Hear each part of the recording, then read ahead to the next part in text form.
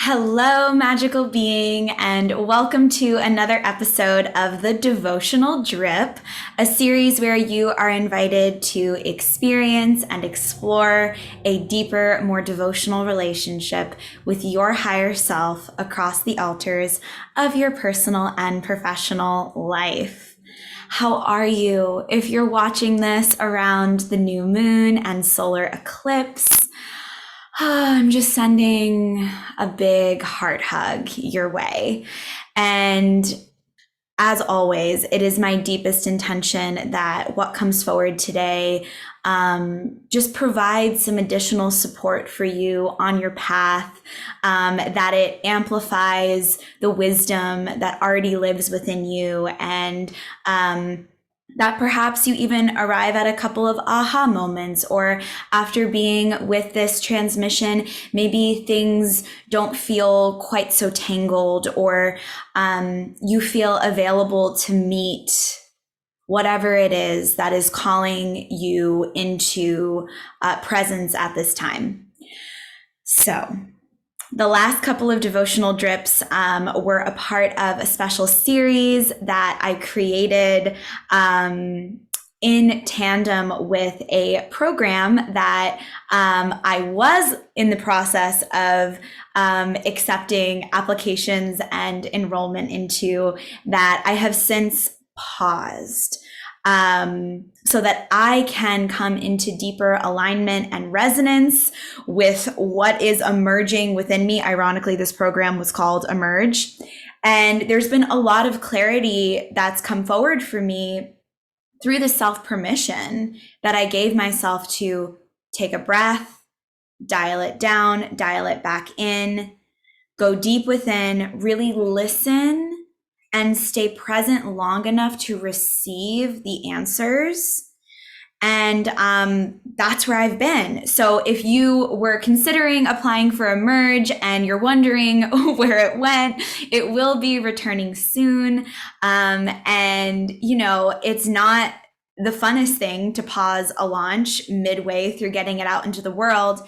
And also, if I can serve as an example for other creators and leaders and visionary entrepreneurs out there who are doing and meeting the vulnerable task of listening to their soul's call to create what they feel called to create from the very core of our guts and souls. If I can be a little lighthouse on the journey, a wing to wing right next to you, and just say that sometimes, this is what happens in the creation process. And may we never force and muscle our way into making something happen. May we be in our wisdom and connected to our own truth, so that if something needs to change, we meet that call and we don't bypass it. I mean, I certainly have before. I've certainly been in the process of creating something or launching something and just muscled through and pushed through. And, it usually turns out fine. But what does that do then for our own relationships to ourselves? If we hear that call to stop, to pause, to slow down, and we don't actually meet it, then we end up working in opposition to our own higher self, our own wisdom call. And a house divided against itself cannot stand. So we're going to integrate this into the message coming forward today, but I just wanted to put that on the altar first and foremost. First of all, if you're like, where the heck did Emerge go? It's coming back. I will send out an email the moment the temple gates open for enrollment again. And thank you for your patience and grace and trust in divine timing. And the other piece is that if you're in a moment where you are in the process of creating something, or you're in some kind of creative process, and there's maybe this internal voice or outside voice that says you should be doing it this way, or it needs to look this way, or you should be going faster, or, whatever shoulding that's happening. You don't have to listen to it just because it's there, just because there may be this internal or external pressure to keep forcing and to keep going. You're not required to listen to those voices. You, in your higher self discernment, you in your free will, you in your sovereignty, get to choose what you tune into, what you listen to, and then in your discernment, decide what feels resonant for you. And this practice of practicing resonance, like what is a yes and what is a no in my body, it's a very root chakra pulse. It's a very like, I have a right to be here. I have a right to have. I have a right to belong. I do belong, and I belong to myself before I belong to anyone or anything else. And when I operate from a frequency of self-belonging, of belonging to the earth, of being an expression of the cosmos, then from that place of embodied sovereignty and higher self-knowing, I then choose, discern, and act accordingly. You belong to yourself first. So, setting the tone there. The title of this devotional drip was inspired by a conversation that I had with my dad earlier this week, who is also a creative and an artist. And we were speaking about the myth of the perfect moment. And while it is important to pause, stop, reevaluate, realign, check in with our own sense of self-belonging throughout the creation process, sometimes if we're having a hard time getting started, or we've paused and we need to turn the dial up, it doesn't necessarily have to be from 0 to 100. There's a scale in there. And also, the perfect moment is a myth, because every moment holds its own invitation and opportunity. And two of the goddesses that I pulled for us today are going to speak to listening to the call to make moves. So it's interesting to start this conversation out from a place of speaking to the importance of checking in with ourselves, honoring our own pace, also a very root chakra thing, which if you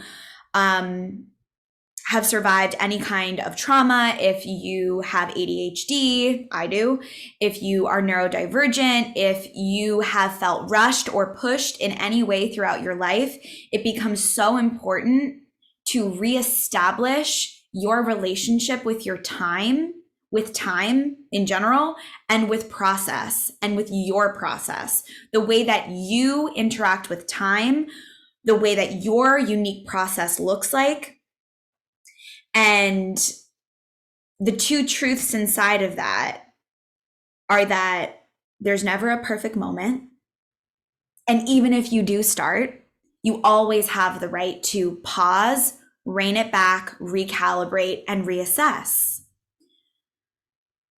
Okay, there's more I want to say, but I'm going to leave that there and get into the goddesses that we have. So, two goddesses came forward for us to work with from the Divine Feminine Oracle deck by Megan Watterson. Love it. This is Wiggins. If you haven't met him, he's usually hanging out on my lap while I record these. My little like antenna conduit. Okay, so the first goddess that we have is Akhilanda, the goddess of never not broken. Let me see if I can get this to focus. Okay, that's a little better. So Akhilanda is a goddess from Hindu mythology, and very little is actually written about her. And she's meant to be met on the inner planes.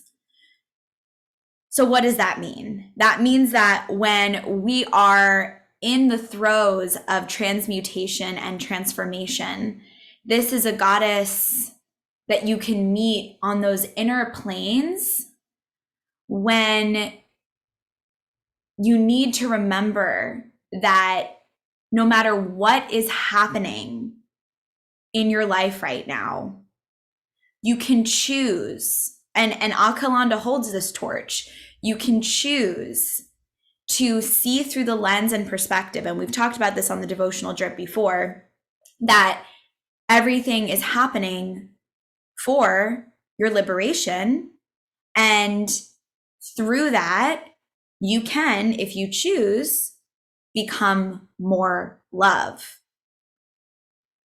Akalanda represents the essence of the phoenix. She's this indestructible energy that embraces change. So when meeting her on the inner planes, she reminds you that everything is conspiring to transform you into only more love and light. And in that process of transformation, she asks where we are keeping ourselves trapped, either in our own expectations or expectations that others have placed or projected onto us that we have then internalized and made more important than our own self-belonging. So see where that one comes right back? When you're ignited in your own self-belonging, you understand that there is not any external permission that has authority over your own internal knowing. And Akalanda asks you where you're waiting for permission. Where are you codependently giving up your ownership of your life and your journey? And where can you take radical accountability and autonomy over what is emerging from within you, asking to be seen, and hold that? And if there are conversations that need to be had on behalf of your highest good, then have those conversations, and also have them with yourself first. I've had so many conversations with myself and with my mentors before recording this devotional drip and talking about Emerge and pausing the launch. Like, I have laid on the floor with myself for hours over the last couple of weeks, like literal hours of laying and breathing and returning and rooting and listening. And when I'm laying there and all I can feel is the panic, I remember that I always have the right to send my roots down deeper. So if you're being called right now to make some big moves, don't do it without rooting down first. If there's big liberation energy happening, if there's phoenix rising from the ashes energy, if there's cracking open in order to embody more light and more truth, then your expansion is only ever as vast as your roots are deep. So trying to transform and meet whatever change is calling you without first rooting and grounding down will surely lead to suffering. And I say this as someone who loves to fly around. And it has taken me many years to make friends with the ground, with the earth, with my body, with my right to ground.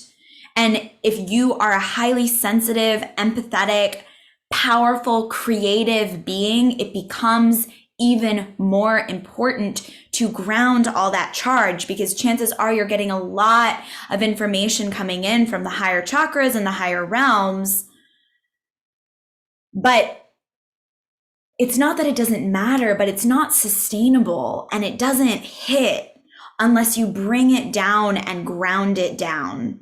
with the 7 main chakra system, we have the liberating current that moves up, and we have the manifesting current that moves down. So when it comes to our liberation, we're going to go on that route to crown journey, that opening and expansive journey. And also simultaneously, this manifesting current, this bringing it down, this rooting it down becomes fundamental and so important.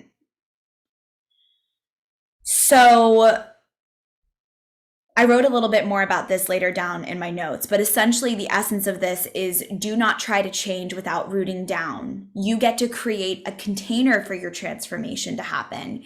The myth of the perfect moment also means that you're not going to miss it, right? Like it's not going to happen before you're ready. I know for a lot of folks that I work with who, have been diagnosed with ADHD, whether early in childhood or later in life, that, including myself, there's this, I'm not moving fast enough, right? And then capitalism and patriarchy and white narcissism reinforce that you're behind, that you need to catch up, that you better scurry along, or that you're not ready, hang way, way, way back. Is there a space between where we can meet ourselves and actually find our own rhythm and our own pace? That is what wants to come through from my higher self to support you in integrating the teachings of this card.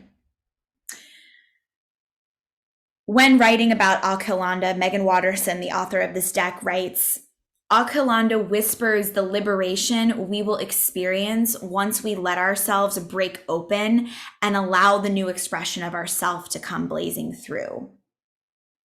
So she whispers the liberation we will experience once we allow ourselves to break open and allow the new expression of ourself to come blazing through. So again, this is a very fiery energy. It's a liberating current. And also, ground it down. I'm going to provide some journal prompts for you to work with to identify like what is emerging right now. And then also like in order to actually support your transformation and not let yourself just be dragged around out of your body, what basic needs do you need to meet? We're talking like bedtime, rise time. We're talking mind, body, home as temple. We're talking like, what are your basic needs that you need to meet in order to create safety for yourself, in order to be a safe space for yourself? This is something that we will be exploring a whole lot in Emerge. So stay tuned for that, circle back. But for now, like, what basic needs do you need to make in order to facilitate space for what you feel emerging within you? Whenever I pull these cards, it's always like, who is going to watch this video from the community, from the community, whether it be right after it drops or years later? What messages want to come through for them? And how can I best support you, radiant, intelligent, magical, multidimensional, highly gifted, highly sensitive, creative being, in walking on your path, rooted even deeper in your own higher self knowing? So, Alkalanda reminds you that everything is an opportunity to become more light. So what if you stopped efforting against the current of change and transformation and instead decided to surrender to it? Which is also, if you're watching this around the solar eclipse and new moon, what this season astrologically is calling us into. And not just like this moment, like this moment on the planet, you know what I mean? Like not just this week, like this season, this cycle. Megan also writes in her description about us resisting our grief or the call to completely fall apart. and how Akilanda is a great goddess to work with when we're resisting feeling grief or we're resisting falling apart. When it came to pausing, and I know I'm talking about this a lot, but I'm just trying to like ground a very realistic, tangible, just happened example that I feel like many of you might even be able to relate to. When I decided to pause the launch for Emerge, there was a lot of emotions that came in tandem with that wisdom and higher self hit that I got. And I love crying and I love processing, and I mean, not that I love the pain, like it's painful, you know, but I have learned how to surrender to the process of grieving and feeling and allowing. And that's also something we're going to be looking at in Emerge. But in the meantime, like, lay down on the floor, take a couple deep breaths into your body, and stay there until whatever needs to come forward comes forward. Add some movement. I don't provide these movement prompts just for fun. What are the ones today? I'm just going to go ahead and give you a sneak peek. Movement prompts. What is shedding, burning, rinsing, and releasing right now? So when you're moving, it's like you're laying on the ground and you're moving around, and it's like, oh, like what part of me feels like it's just shedding? I can like feel my own shedding right now, like up under my like the left side of my rib cage, and like kind of up into my lungs and my heart. I'm going through a big like heart opener moment, surrendering into creating even deeper intimacy, opening myself up, opening Blood, Bone, and Honey up, opening my offerings up, opening my gifts up, sharing my juicy heart with the world. So I can quite literally feel that. So what is shedding for me is it's almost like this frozenness around my heart and around my lungs as a result of my trauma. And so when I go into my movement practice, it's like, what is shedding? What is burning and sloughing off? What is getting rinsed? I felt like a big energy of being rinsed these last couple weeks. And I've been talking with many of you too, just in the DMs and clients and such. And everyone's getting like a nice like rinse out, you know? So in your movement practice, how and where can you explore that rinsing and surrender even deeper into it? Like, do not discount the power of your body and your breath and your intention to move in a way that feels good. And remember, somatic movement isn't about how it looks. It's not a performance. It's about the internal feeling tone. So I hope that that movement prompt supports you. You'll also get a playlist. I'm going to link my blog below, which will have the playlist and the prompts, the movement prompts, and the journal prompts. The other movement prompt, I literally just burped like as I'm talking about like opening. I was like, oh, let the body do what the body needs to do, you know? The other movement prompt is what is growing, blooming, and emerging. So once you really like juice yourself out, like you're making some lemon juice or orange juice, pulp included, you know, all parts become a part of the medicine. Once you feel rinsed, then it's like now in that space, I wrote something about this earlier. Practice is about developing the habit of presence, something that either Tara Brach or Jack Cornfield said on this teacher training I was doing the other day.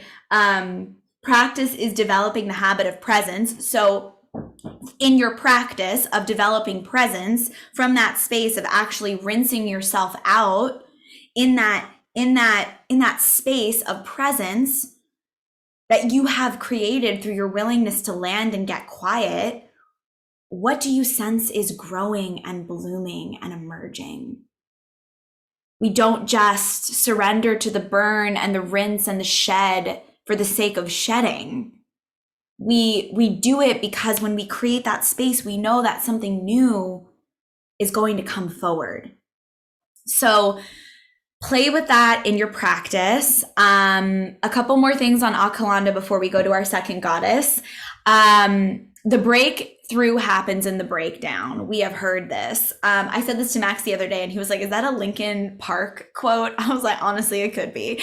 But from a witch who's had many a breakdown, let me tell you what, not that the breakthrough has to happen in a breakdown, not that, you know, we need to meet our pain in order to find pleasure. I'm not saying that that's the code, but it certainly is something that happens.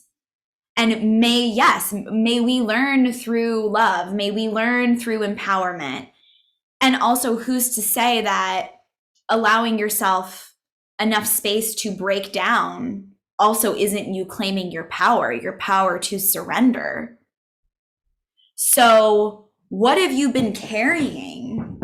And maybe it's even like an identity or a way of being and doing, or habits or routines or lack thereof, or relationships. Like, what are you carrying right now that just feels so heavy that you just want to put down, but you're scared if you put it down, everything is going to fall apart? My love, that is the thing that needs to be put down, or at least release the grip. And maybe in just even releasing the grip, there's more space for your wisdom and your higher self to come in and tell you what's next. In my experience, the breakdown may be marked by a singular event, but it could also be a bunch of little events that form to create your personal invitation to let it all the fuck go.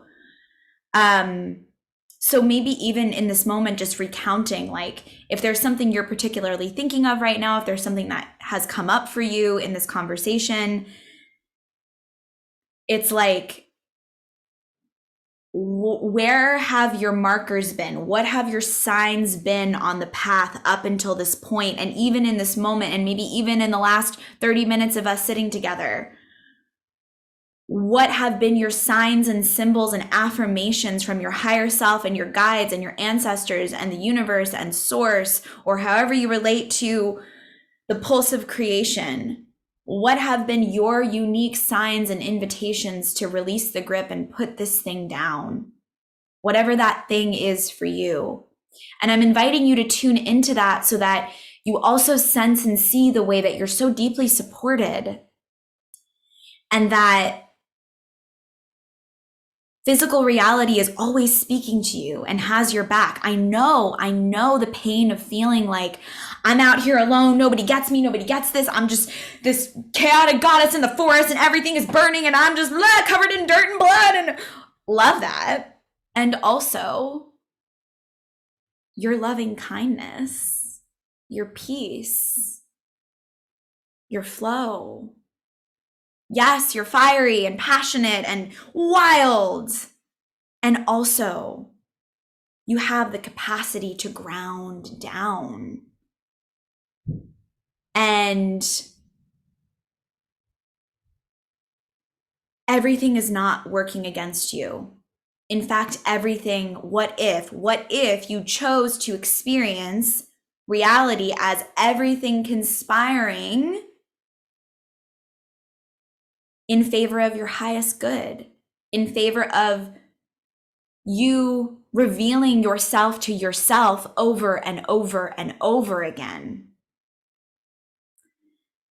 And I say this from the trenches, feeling like I am covered in dirt and blood right now. So it's both, right? It's always both. We need to get more comfortable in the end.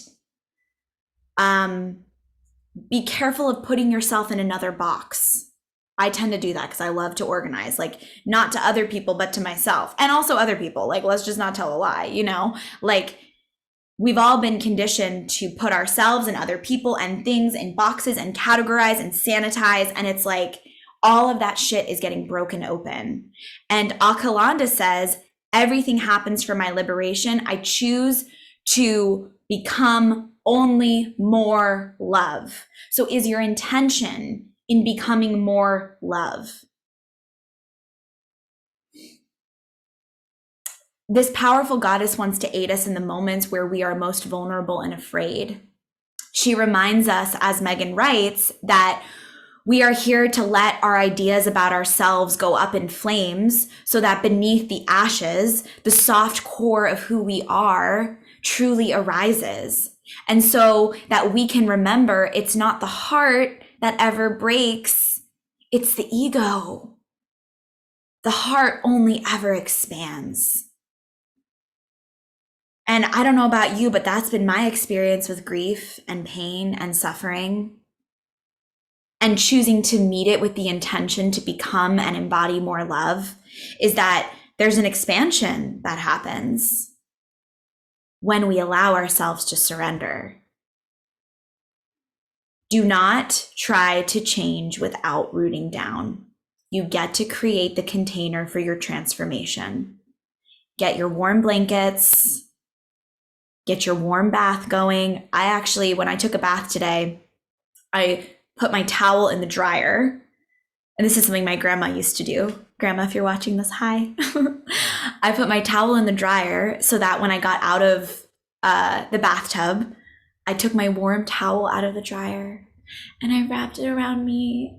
And it felt so good. And I was like, oh, this feels so good. It feels so good to just be so gentle and loving and tender and kind with ourselves, which can feel in opposition, perhaps, to everything we learned up until this point. I personally have been deeply programmed to rush and push and force and go and whatever it fucking takes, you know? Maybe it's also my Capricorn sun, but we get to be gentle, even in the fires of transformation. Like, fire is sensual. She dances, she warms, she cooks. So let yourself cook. Maybe you decide to lay down on the ground and just let yourself cook for a little while.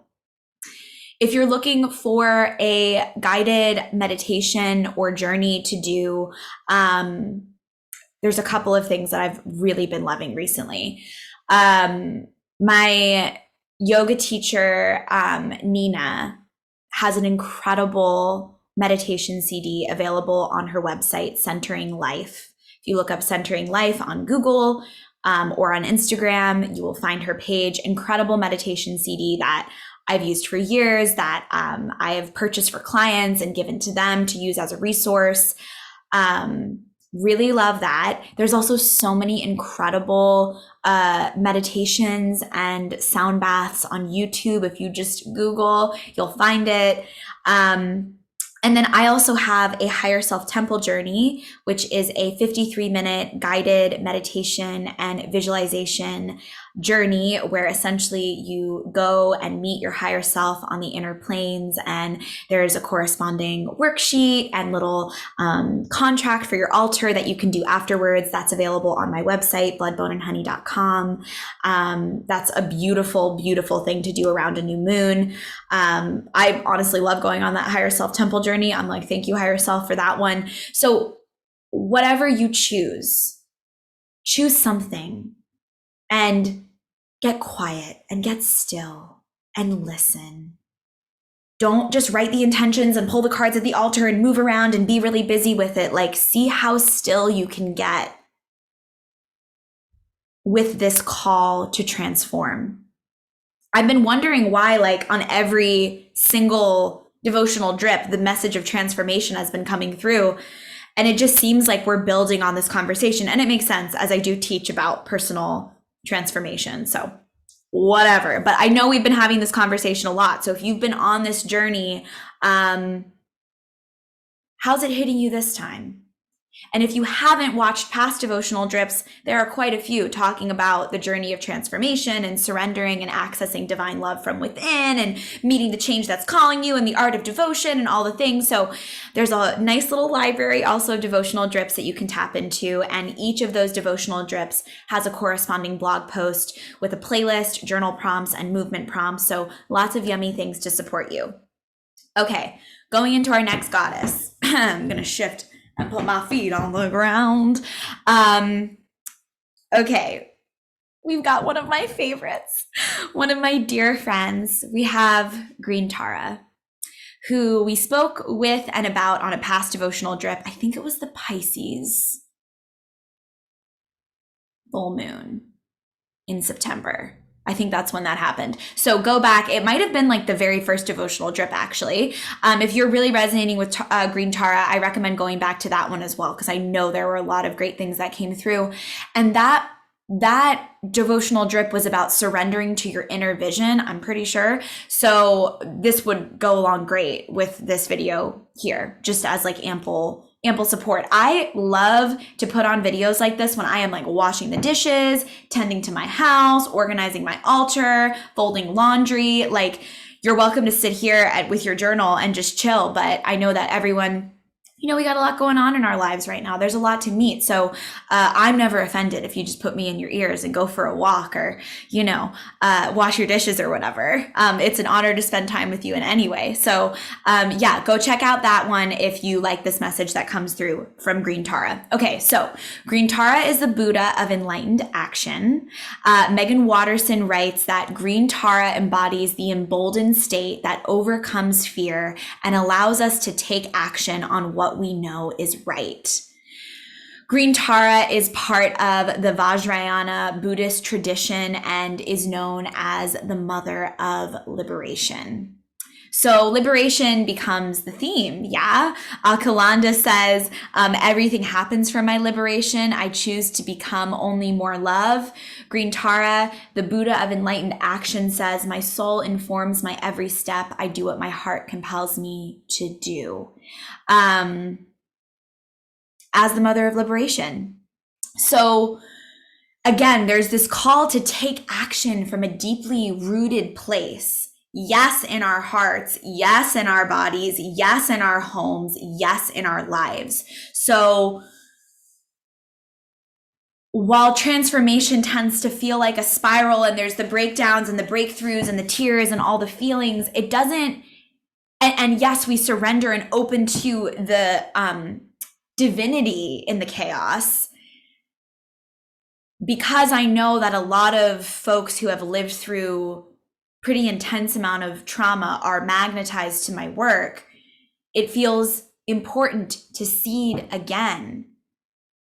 You don't have to continue to recreate chaos and suffering for yourself, and you can transform while also reducing chaos at the same time. I know that I was addicted to chaos at one point, and I'm still, an addict is always an addict, right? Like, I'm still getting sober from that chaos. And so I don't say that to disregard the spiral and the chaotic nature of the universe. I say that so that you can make friends with the presence of chaos and the reality of what that is, and also within that, without gripping, without forcing, without like shutting yourself off or shutting yourself down. Create safety for yourself and plant your roots. Mind, body, home as temple. Sweep them out, clear them out, take care of them. And then from a place of feeling clear, of feeling grounded enough that you can feel your legs and your feet underneath you. And I mean that in a very real way. A lot of us can't even feel our legs and our feet underneath us. I know that I gotta massage my feet. I gotta stand in mountain pose and feel my legs and feel my feet and visualize roots coming out of my feet and remind myself that I belong here. I'm on the earth. We got this, right? So from that level of rooting, you then take the action. Because Green Tara is the call to get moving and get started. So it's like allowing whatever your wisdom and higher self hit says about that, about where you're being called to go, about where you're being guided to move, around where you're being guided into taking inspired action. Green Tara says, go, the time is now. The perfect moment is a myth, just like my dad and I discussed earlier this week. And see how that was seeded for me, like that was seeded, and then these come forward and they're both about liberation, and the eclipse is here. Like, that level of synchronicity only happens when we allow. And how do we allow? When we're not panicked to the point where we don't trust. So that's why we need to ground the panic. We need to ground the anxiety. We need to allow ourselves to cry the fucking cry and make the sound that the grief actually feels like in our bodies. And while you're working with your movement prop, I invite you into that. There's a lot of great songs on this December playlist to just wail your eyes out to, scream your head off to. Maybe you need to have a laughing fit. Whatever it is, it's about releasing the charge and grounding down so that the synchronicities reveal themselves. The path reveals itself. Through you revealing yourself to yourself. Anything external revealing itself to you is a response to your own inner self revealing. What do we need in order to do that? We need to get quiet enough. We need to get still enough. We need to be willing to sit with ourselves. And I'm not trying to sound like bossy also, because like I'm saying this to myself. You do whatever your heart calls you to do. And also, I feel very compelled and guided to invite you to ground and anchor, even if you think you're already doing that. Where can you send those roots deeper down?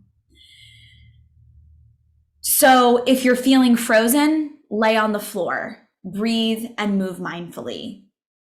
If you feel like you're moving too fast, lay on the floor, breathe and move mindfully. If you're panicked, lay on the floor, breathe and move mindfully. I was listening to a meditation the other day, and the facilitator was talking about and guiding us to ground through our central channel and our root chakra. And she was like, send your roots down, and if you touch panic, keep going. So this is so important for me. I know in my practice, and perhaps it is for you too, sometimes initially just laying on the ground or going into your meditation or movement practice or whatever feels really confronting.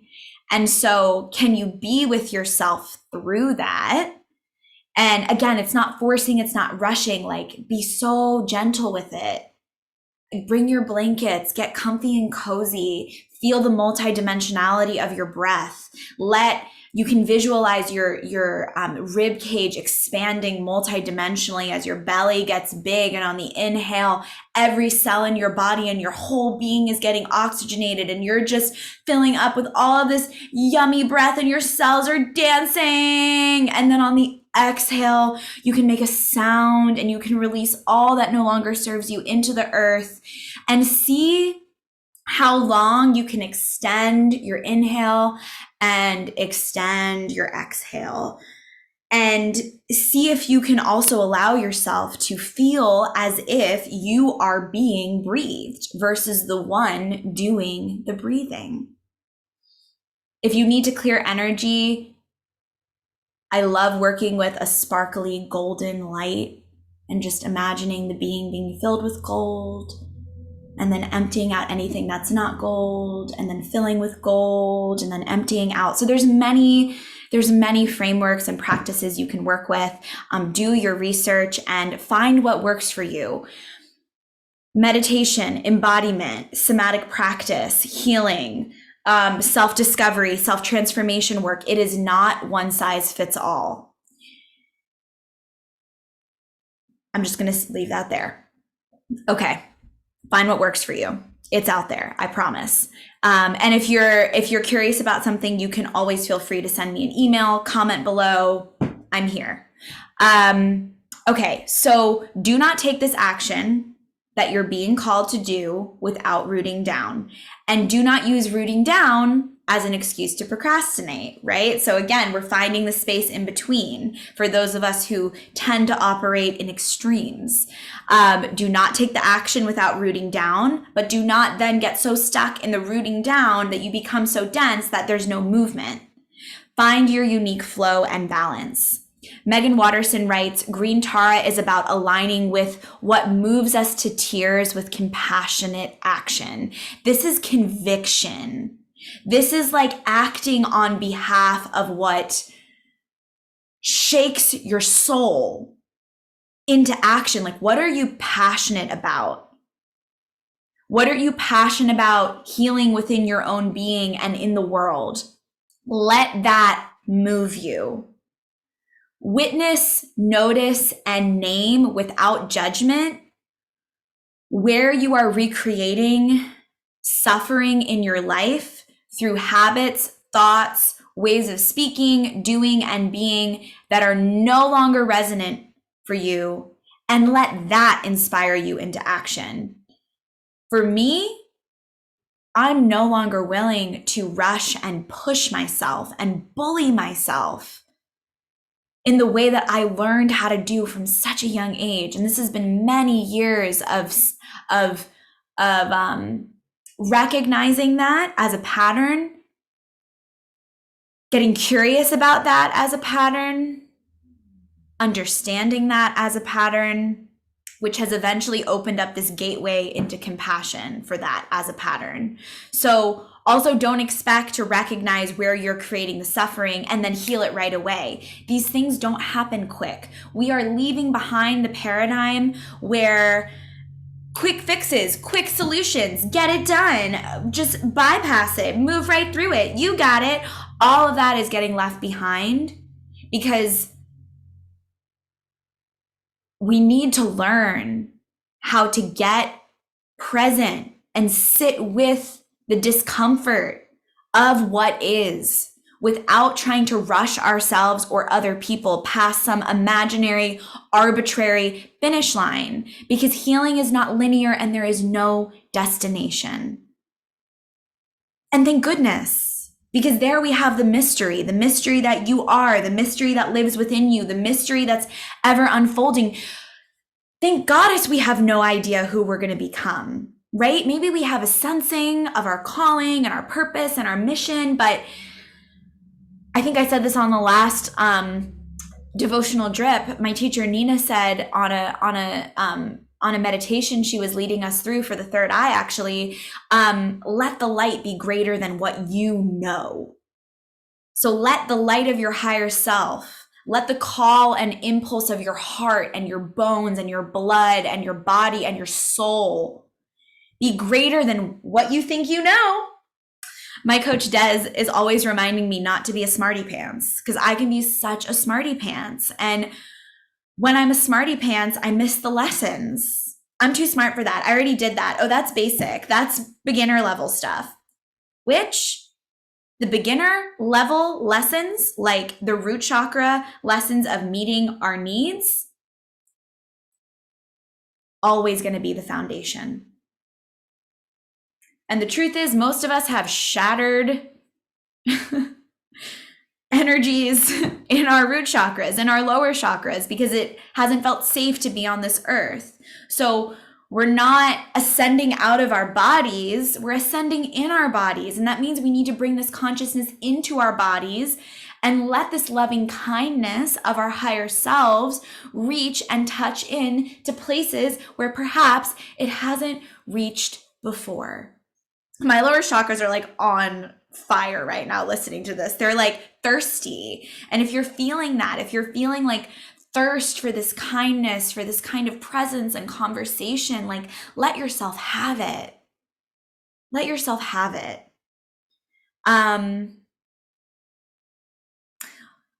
Look out into the world and be present with the suffering of all beings, including yourself. And then do what your heart compels you to do. Let that inspire you into action. Let your conviction inspire you.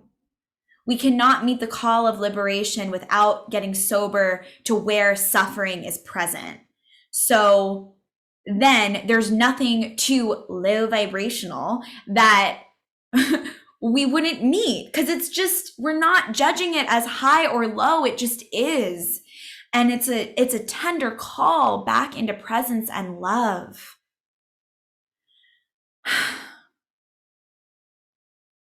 With anything else? Just that you're magic.